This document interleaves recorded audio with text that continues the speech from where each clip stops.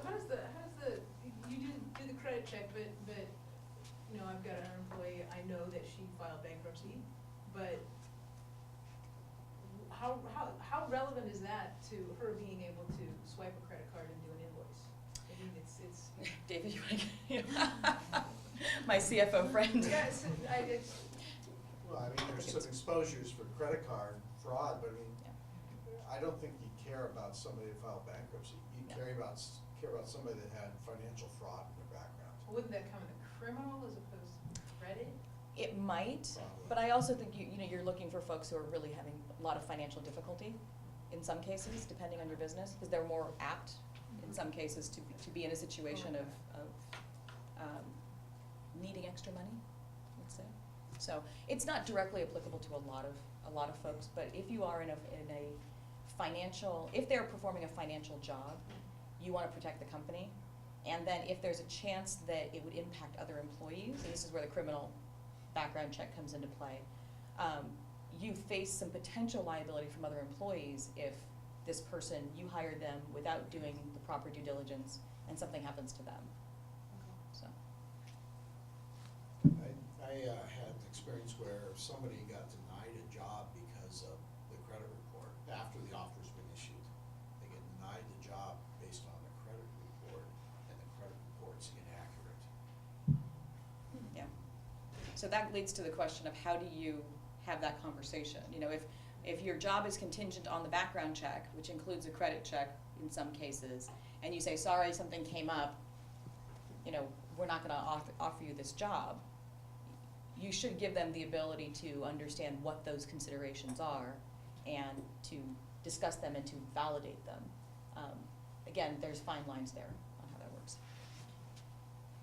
Matt, did you have a question? As far as the background checks and stuff, I've seen applications and they say if you've been convicted of a felony, but, you know, what about, you know, what is allowed to be considered in a background check and what's not? I mean, is it accusation? Can you say, hey, you've been arrested, so we're not gonna, even though your charges were dismissed or acquitted, or, I mean, so where's the line and how do you kind of navigate that? I think it's really important to know why you're looking and what concerns you when you go to do this. So again, this should be part of your systems and part of your processes.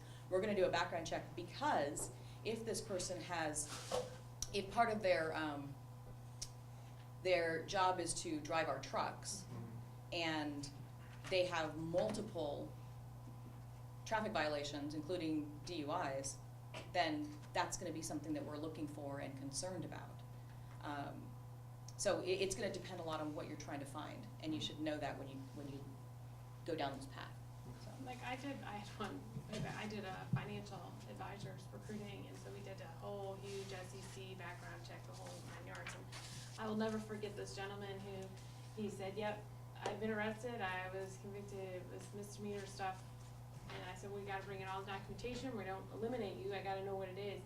He literally came in at the stack of papers this high because when he was 18 years old and a freshman in college, he and his friends decided to reenact Dazed and Confused, which if you don't know what that is, they essentially got really drunk and high and went around and beat the crap out of all these cars on the street.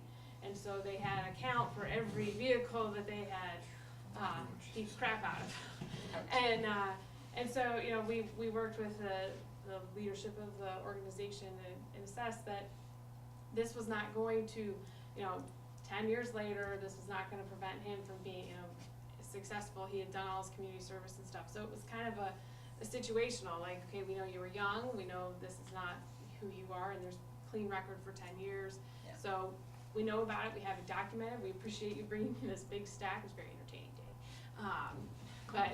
You know, this is not going to prevent us from continuing with the offer. So I think there is that situational judgment piece too. So I want to get to the second Okay. half of the case study in the next 5 minutes or so. Let's hit on this real quick. To test or not to test, really quick, I know assessments are all the rage now and we want to have concrete ways of testing, and I think the question is always, is it job relevant? What skills are you testing? There's a lot of personality tests out there, the Myers-Briggs, the DISC.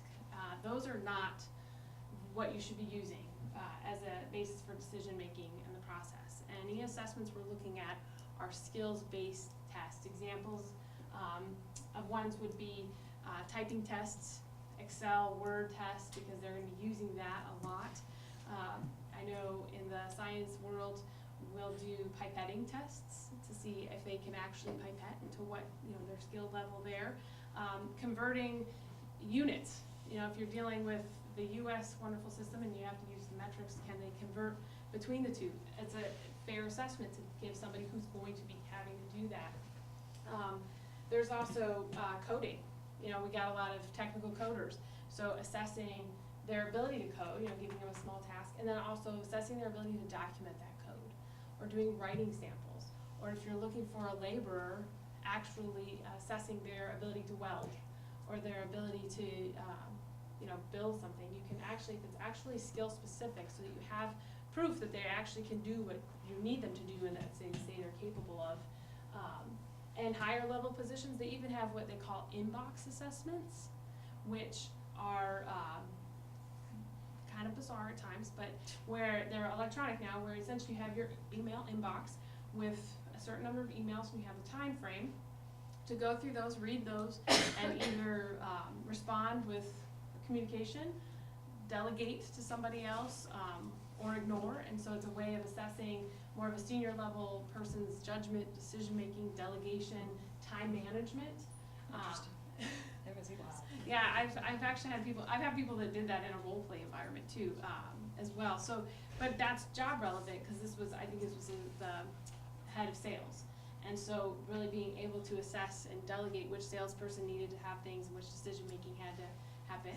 But it was job specific, and that's the key with assessments. Good question? Yeah, what about like a personality to see if you get along with your dynamic versus others? I would never recommend don't use that in a hiring decision.